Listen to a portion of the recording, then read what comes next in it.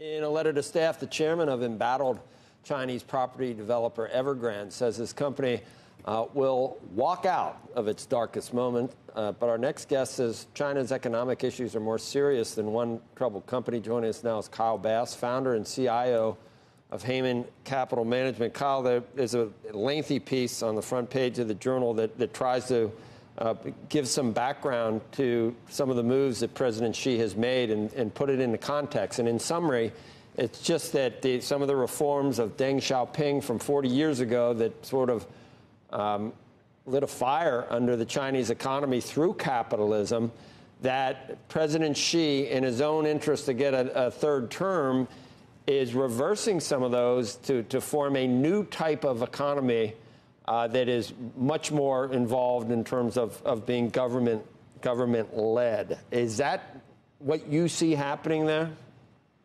Yeah, I think, hi, Joe. I think it's very important to understand what President Xi is looking to do. And, you know, they're experiencing similar problems that we are in the U.S. and that other nations around the world are experiencing with the largesse of the central banks. You know, China's credit system has grown at huge percentages of GDP every year since the financial crisis in 2008, 2009. They're entering this period of weakness with over $50 trillion worth of credit in their system, and their GDP's around $15 trillion. To put that into perspective, the U.S., as we entered into our financial crisis, we had $17 trillion of GDP and about $17 trillion of on-balance sheet credit and another, call it $12 trillion off-balance sheet. Point being is they're about 3.6 times and we were about 1.7 times. And they've only been at the capital markets business for 20 years, right? They have only adopted a Western system in 2001 as they entered the WTO, and that's when it all began. So what's happened is the greater picture is Chinese birth rates are collapsing. They're now at 1.3 births per woman, and you need to be at 2.1 to actually just sustain your population.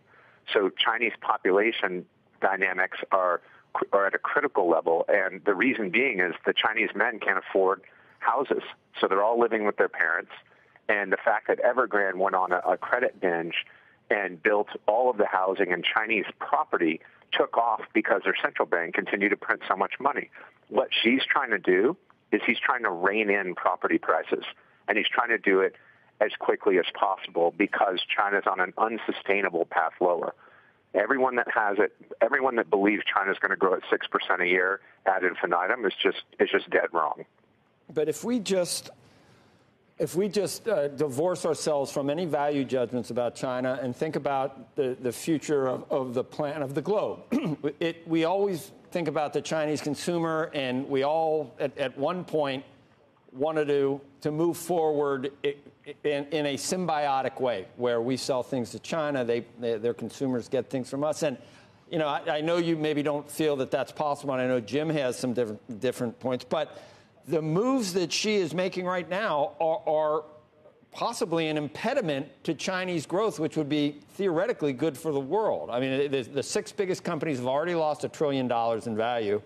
They're talking about, there's a quote in the Journal that says the big risk for China is Mr. Xi suppresses much of the entrepreneurial energy and innovation coming out of China if they become much more government-centric and much more socialist, in other words, which we're grappling with here ourselves.